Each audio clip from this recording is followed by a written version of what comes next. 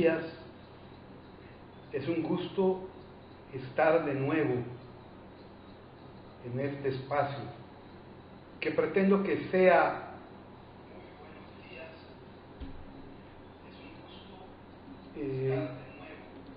ya tradicional, tomarnos un café y platicar de algunas cosas.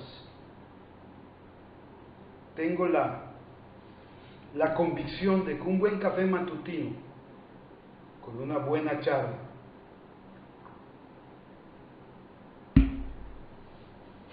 siempre va a ser muy agradable. Los amigos son lo mejor que tenemos a la hora de platicar y de tomar un café. Quiero con mucho gusto tocar un tema que es muy actual y que a toda la sociedad nos lleva o nos debe llevar a pensar y reflexionar. El día de hoy, 9 de marzo, al menos en México, es el día escogido para un día sin nosotras. La forma que tienen las mujeres de este país de llamar la atención sobre las consecuencias de no atender sus necesidades, sus condiciones y sus demandas. Es realmente penoso pertenecer a una sociedad que no cuida de sus mujeres y de sus niñas. Cada día amanecen muchas mujeres vejadas, asesinadas, violentadas, por el simple hecho de ser mujeres.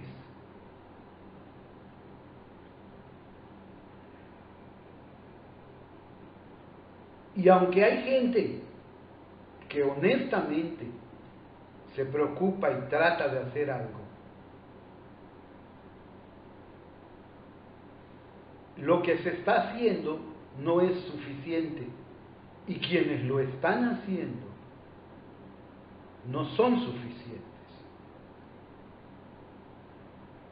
Criticamos con mucha hazaña a veces el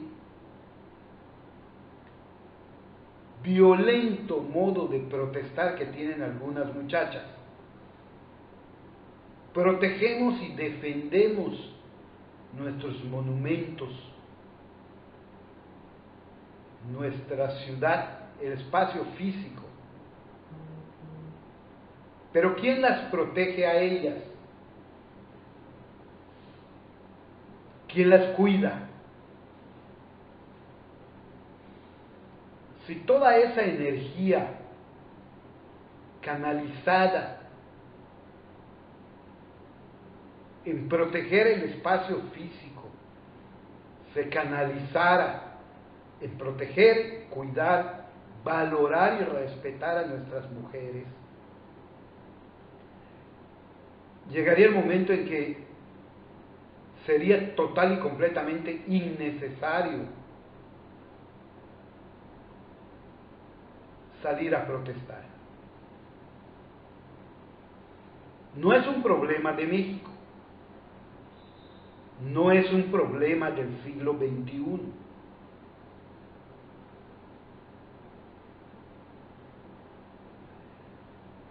Pero necesariamente tenemos que hacer algo.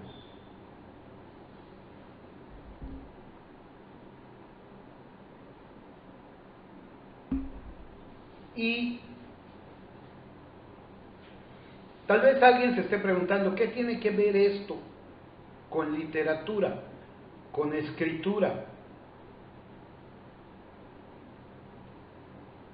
con las novelas, los relatos, con el galano arte de escribir que este espacio tiende a ser precisamente creado con esa intención? Pues tiene algo de relación en virtud de que también en la literatura se refleja esta situación de las mujeres. Y durante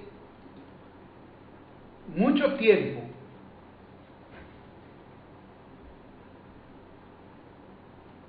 la literatura era considerada actividad masculina.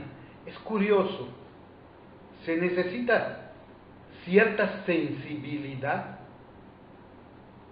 para escribir, sobre todo algunas cosas tan hermosas que nos ha dejado literatura universal.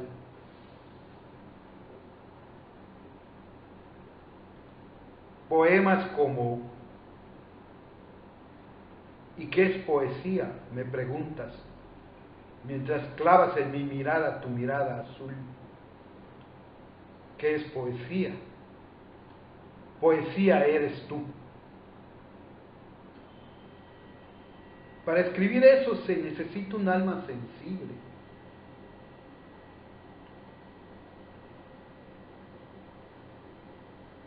Y sin embargo, se le negaba a la mujer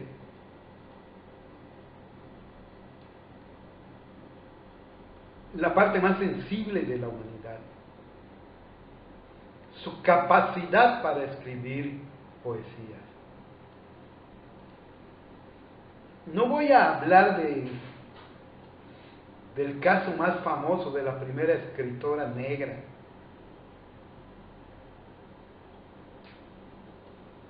en Estados Unidos, que era esclava, autodidacta. Pero sí quiero mencionar el caso de algunas escritoras que tuvieron que esconderse tras de seudónimos masculinos para poder publicar sus escritos y que fueran reconocidos.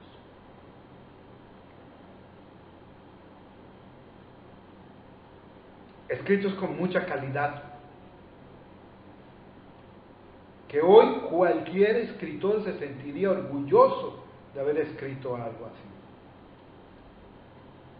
Por ejemplo, las hermanas Brontë.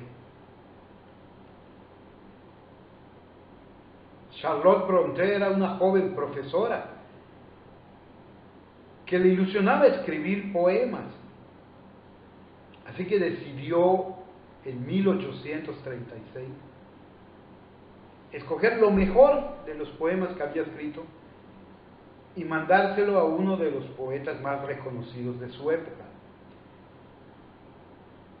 el señor Robert Southey,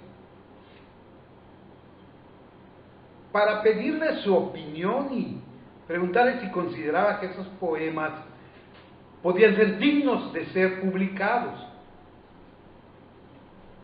3 meses tardó el poeta en responderle. Claro, recordemos que en aquella época el correo no era lo que es ahora. A los 3 meses llegó la respuesta, la maestra ilusionada, contenta, revisa la respuesta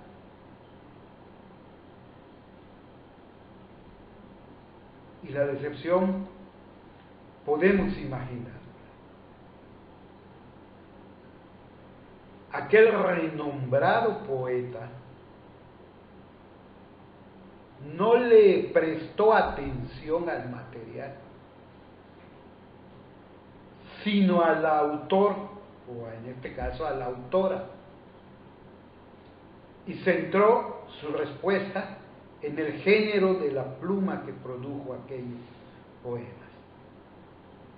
La respuesta decía: la literatura no puede ser asunto de la vida de una mujer y no debería ser así.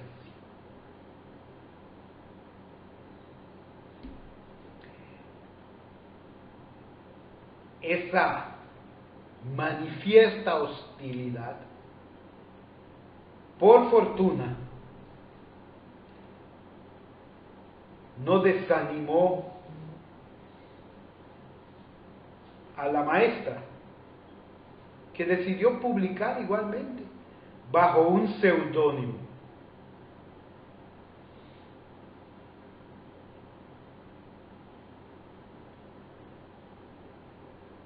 Realmente su obra tuvo mucho éxito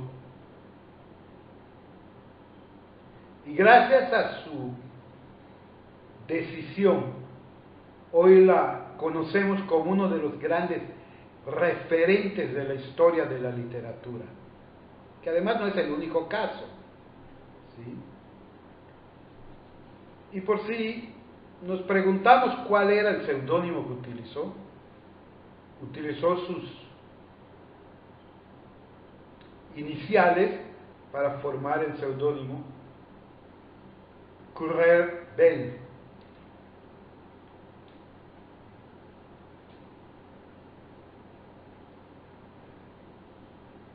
Si conocen la obra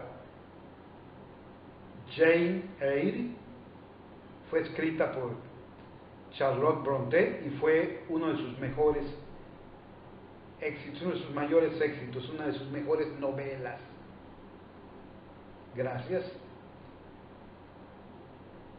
a su decisión, no al poeta más conocido del momento. Y no es la única. Tenía una hermana, Emily Brontë. En 1842 se fue a Bélgica con su hermana Charlotte y ahí aprendió francés y alemán, además de que era una excelente pianista. Y también escribía versos.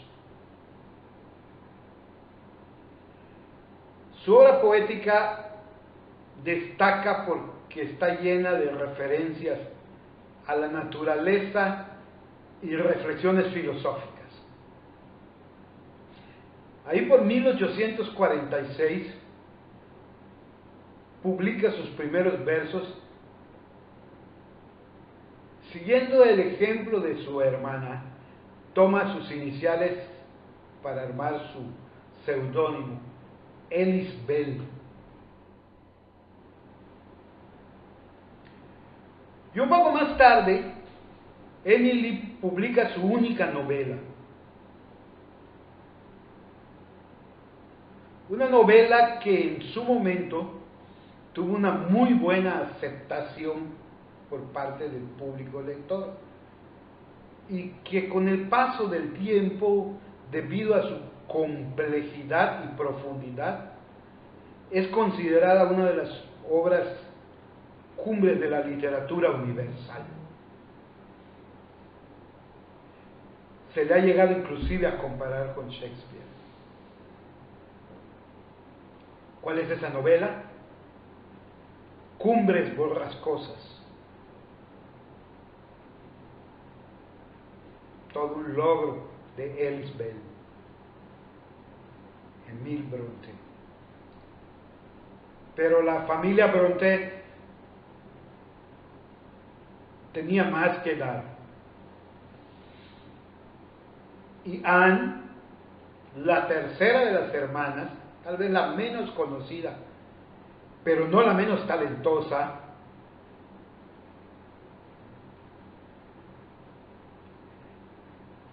también entró al mundo de la literatura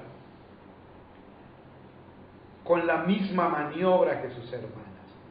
Tomó sus iniciales y formó el seudónimo Acton Bell. Y Acton Bell publica Agnes Grey. En esta novela, Acton Bell nos relata la vida de Agnes, una joven inglesa en la Inglaterra de la reina Victoria, que se dedica a ser institutriz, porque esa era la única forma que tenían permitido las mujeres de ganarse la vida en ese entonces. Es una obra de carácter autobiográfico.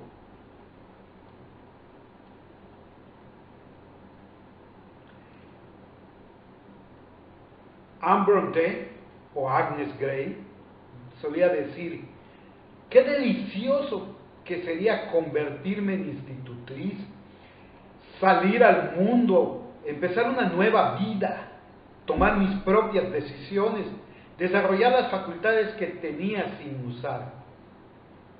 No importaba lo que dijeran los demás, yo me veía perfectamente capacitada para la tarea.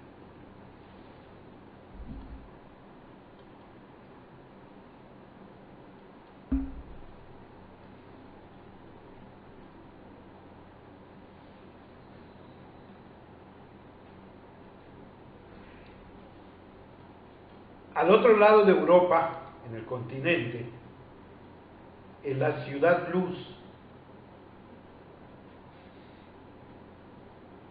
ese paraíso de las artes que siempre ha sido París,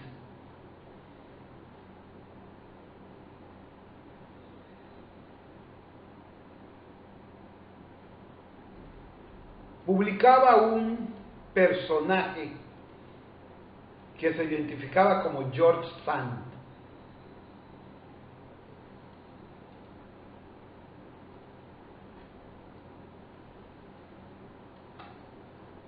George Sand era el seudónimo de una mujer que no solo fue escritora, sino que fue periodista y fue revolucionaria del bando de la Asamblea de Versalles. Ella publica su primera novela en 1831 y la escribió junto a Jules Sandeau, de quien habría tomado el apellido para crear su seudónimo, George Sand.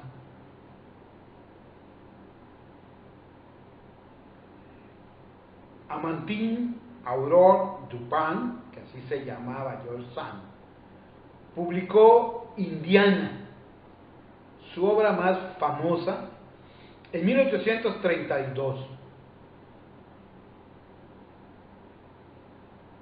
Publicó Lelia, El compañero de Francia, Consuelo, Los maestros soñadores, además de publicar críticas culturales o textos políticos. Fue una escritora muy prolífica y una voz bastante destacada de la época.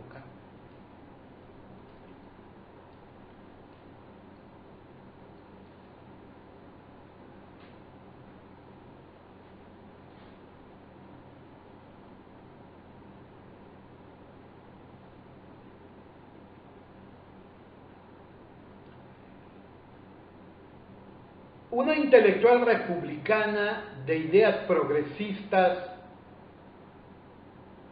marcada por el principio de la libertad de pensamiento, fue Mathilde Chernet, que manifestó una clara vocación ideológica y comenzó publicando en periódicos locales de su comunidad, pero que no dudó en escribir sobre temas polémicos como la educación de la mujer, su acceso a la universidad, la prostitución o la monarquía. Ella utilizó el seudónimo de Rafael Luna y la más famosa de sus obras se titula Ocaso y Aurora. Esta novela originalmente con un formato serial, es decir, con una serie escrita para la prensa, ¿sí? Habla de la monarquía y del patriotismo y cómo los acontecimientos históricos influyen en la vida privada de la gente, especialmente de las mujeres.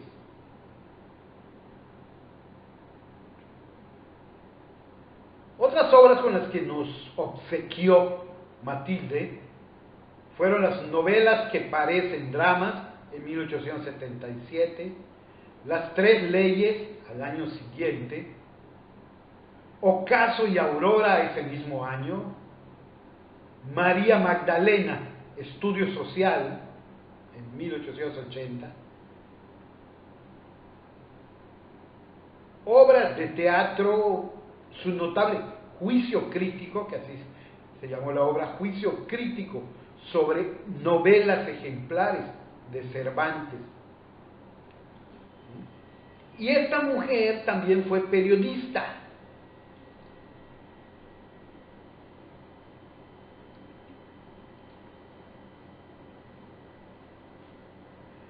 A finales del siglo XX,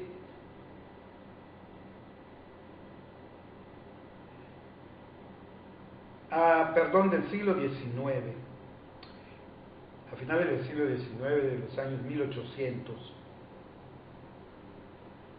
en Inglaterra empezó a publicar George Eliot. Fue una de las mayores figuras literarias de la época, junto a Henry James y Joseph Conrad. George Eliot publica obras como Adam Bede, El hermano Jacob, El morido junto al Floss, El velo descubierto o Middlemarch.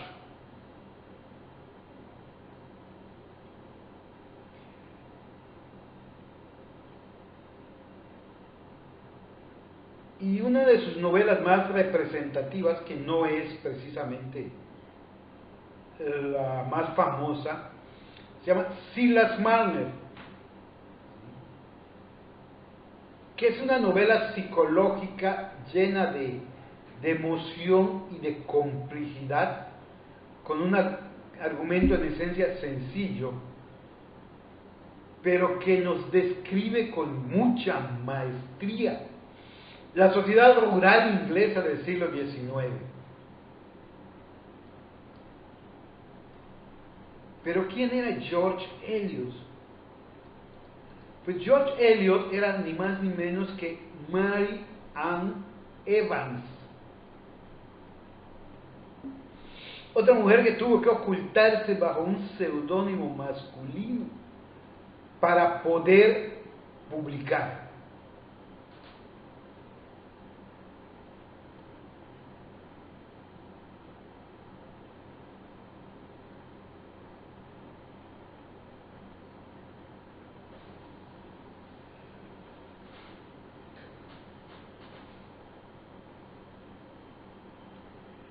Y en España, en Ciudad Real, empezaron a aparecer los libros de Fernán Caballero.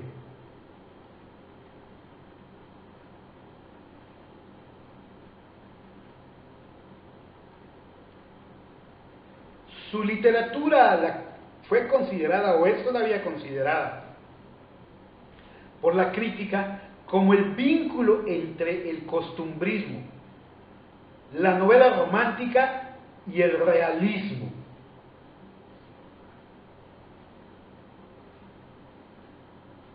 Y aunque Fernán Caballero pasó buena parte de su vida en España, pero su obra más famosa se basa en los recuerdos que atesoraba con mucho cariño de su infancia en Suiza y Alemania. La Gaviota se titula su obra más famosa. es la historia del triunfo y la desgracia de una joven dotada de una bellísima voz, Gaviota, que en los escenarios de Sevilla y de Madrid logra destacar por esa voz, hasta que se enamora de un torero que moriría en la plaza. Imaginamos cómo.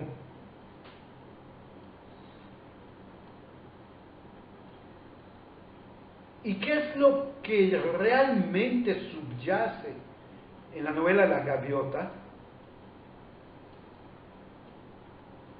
Subyace el costumbrismo, el abandono de la tradición y la vida campesina, buscando una vida más cómoda. Es un retrato de la sociedad del siglo XIX en España.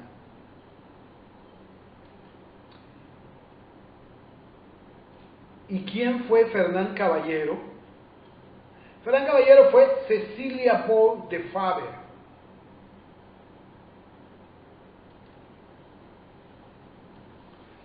Y hoy La Gaviota es un clásico de la literatura costumbrista. Como anécdota, sin demasiada importancia nada más, cabe decir que Cecilia solo se decidió a publicar hasta haber enviudado por tercera vez y andar con dificultades económicas.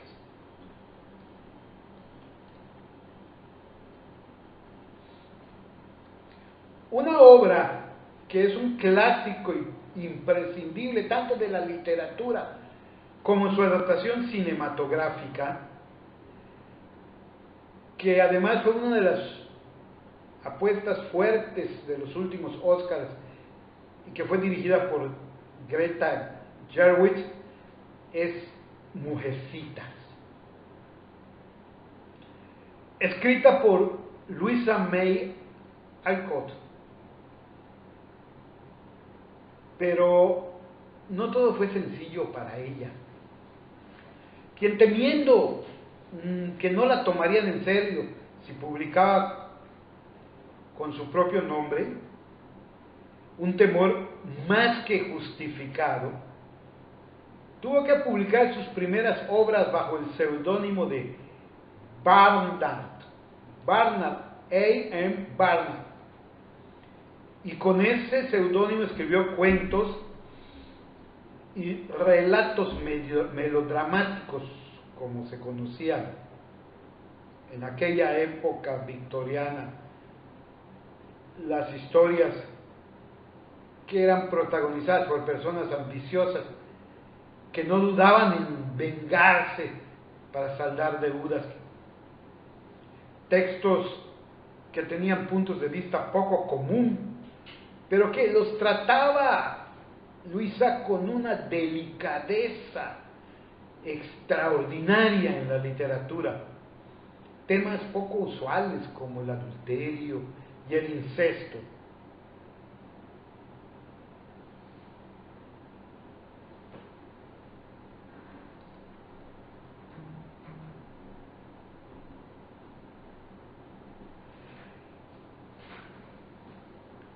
En la Francia del siglo XX, una de las musas literarias fue Sidonie Gabrielle Colette, que en los círculos literarios se le conoce como Gautier.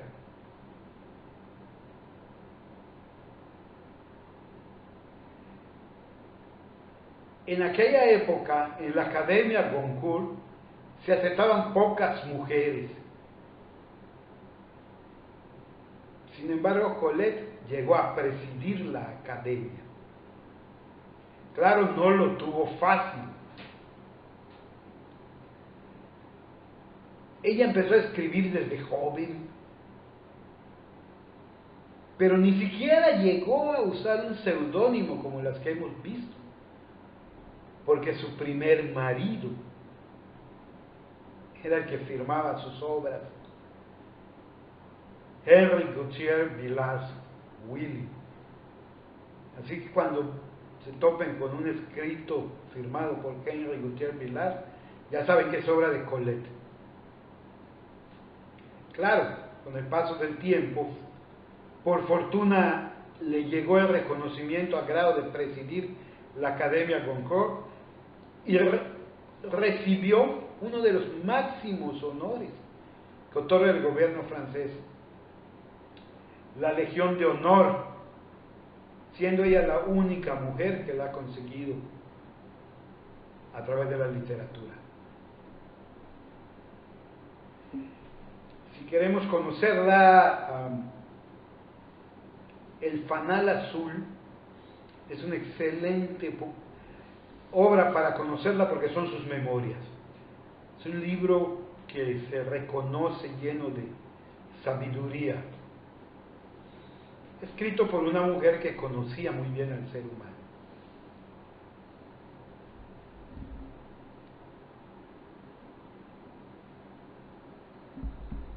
Y una novela que conocemos la mayoría, si no todos los que disfrutamos el placer de la lectura, y que ahora el nombre de su autora es muy conocido,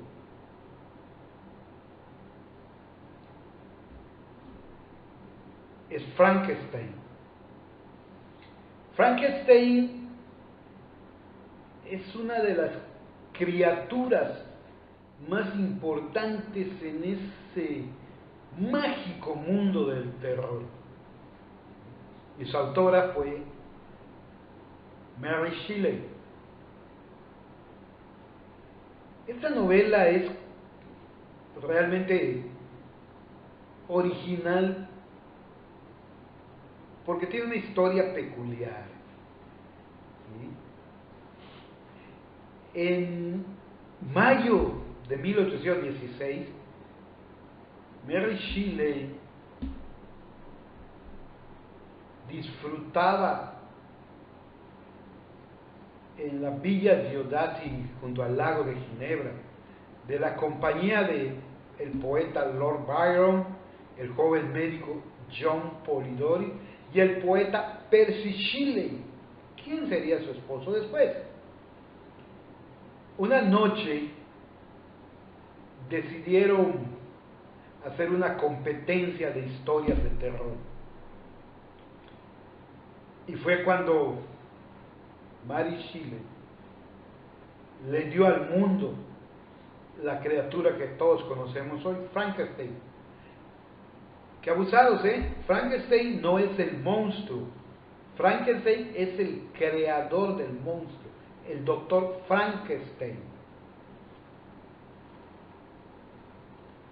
La historia nace de un sueño que había tenido Mary la noche anterior y decidió ella aprovecharlo para hacer el relato y ganar el reto. Y lo tuvo que publicar de forma anónima. Y cuando se supo quién era, la sociedad no aceptaba que ella había escrito ese relato, sino que se lo atribuían al esposo.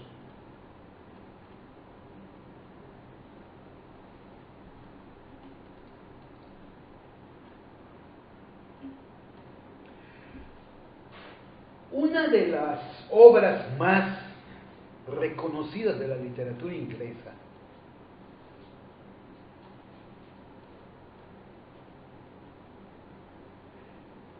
tuvo que ser escrita también de la misma manera. Orgullo y Prejuicio. Una gran novela. Fue publicada con la leyenda, una novela en 3 partes escrita por una dama.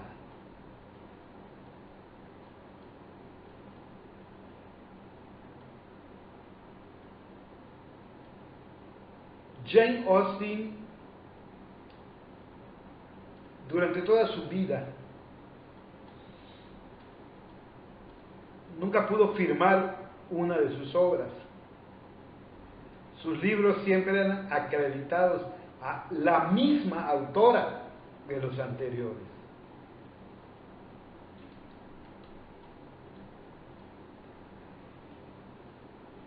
Y en México tenemos experiencias mucho más recientes todavía, como por ejemplo Josefina Vicens. Josefina Vicens es una novelista, periodista, guionista de cine y feminista. Su primera novela se llamó El libro vacío. Le mereció el premio Xavier Villaurrutia en 1958. Posteriormente, Josefina reconocería que es un libro auténticamente autobiográfico. Luego publicó Los años falsos en 1982 y Petrita en 1983. Josefina publicó varios de sus textos bajo el nombre de Pepe Faroles o bajo el nombre de Diógenes García, colaborando con este último seudónimo, con algunos artículos de carácter político.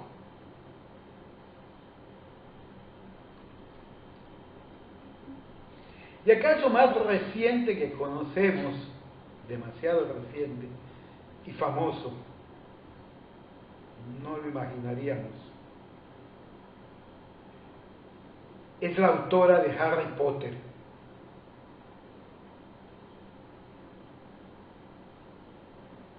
Curiosamente, por cuestiones de publicidad, se vio obligada a ocultar su nombre, Joanne Rowling, y por eso puso J.K. Rowling. Pero además, para publicar su libro El canto del cuco, tuvo que usar el nombre de Robert Galbraith.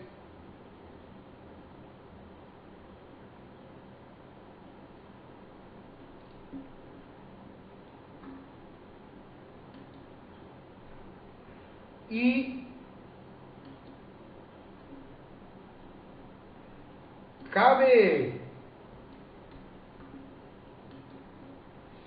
mencionar que yo solo he hecho un repaso de 13 mujeres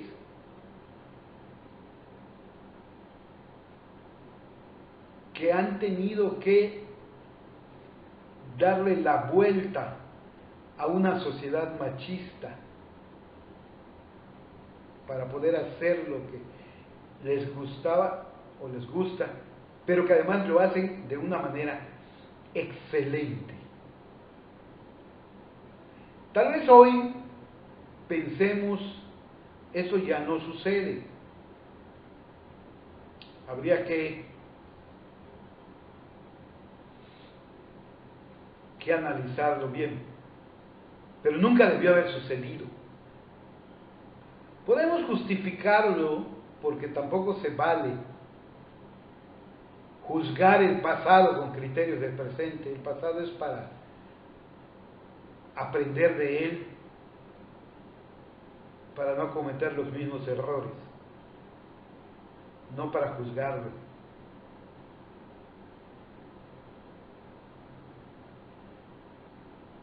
Pero si no lo conocemos, si no lo analizamos, si no lo tenemos presente, no podremos cambiar a esta sociedad. Saludo con mucho respeto la lucha de las mujeres y espero que las niñas de hoy no tengan necesidad de salir a las calles a gritar mañana. Para terminar el café de hoy,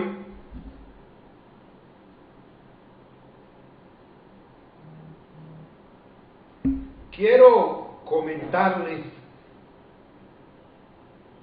de algunos de los libros escritos por mujeres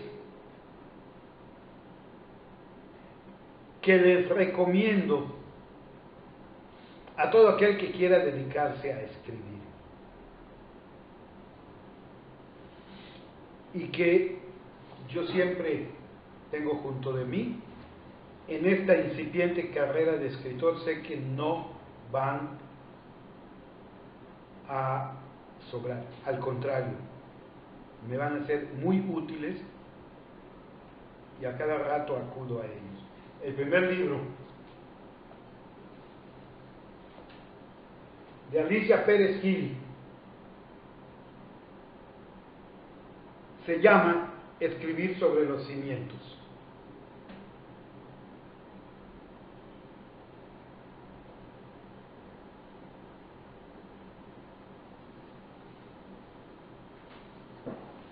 Un manual muy interesante, muy ameno y muy útil.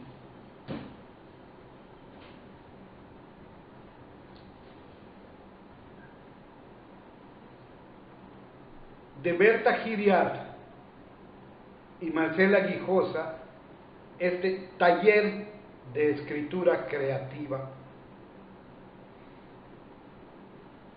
no puede faltar como libro de cabecera de todo aspirante a escritor.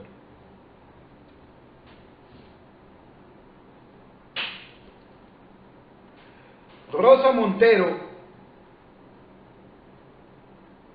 nos obsequia La loca de la casa.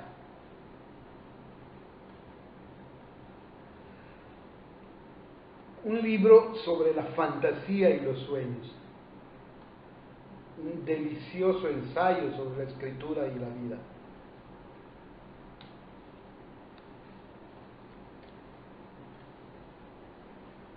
Julia Cameron nos obsequia este hermoso libro, El camino del escritor, donde cada quien descubrirá que escribir es parte íntima de su vida.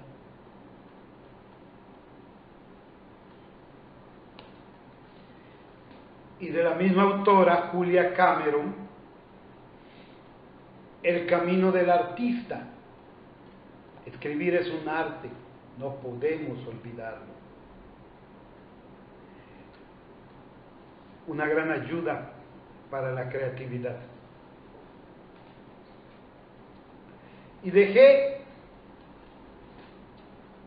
para terminar, 2 libros de una gran autora que fue mi mentora en mi primera novela que escribí, la única que he escrito hasta ahora, aunque ya estoy trabajando en la segunda, de Ana Bolox, Cómo escribir tu novela en 10 preguntas.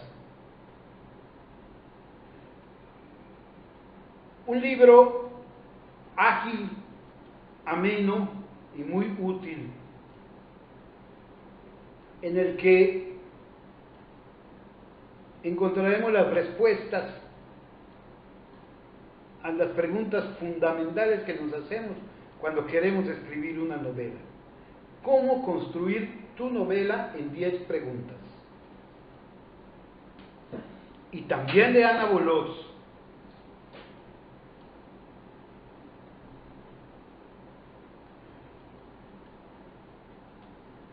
un libro,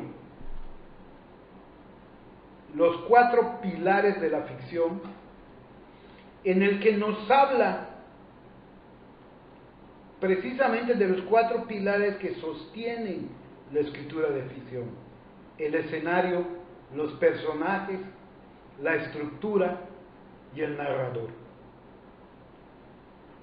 Un libro fundamental para aquel que quiere ser escritor.